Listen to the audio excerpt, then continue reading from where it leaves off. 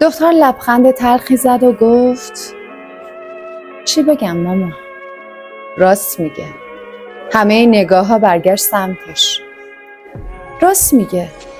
من زن زندگی نبودم. اون سالهایی که بچه هامو میبردم و میآوردم سرویس مدرسه‌شون بودم، نه زن زندگی.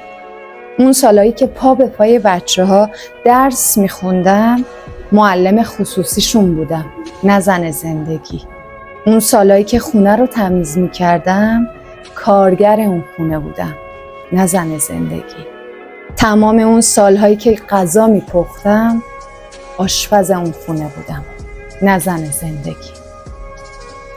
اون سالهایی که خرید میکردم کیسه ها رو تنهایی میکشیدم تا خونه کارگر بقالی بودم، نه زن زندگی. اون سالهایی که رفتم سر کارش کمکش کنم کارگر روزمزدش بودم، نه زن زندگی.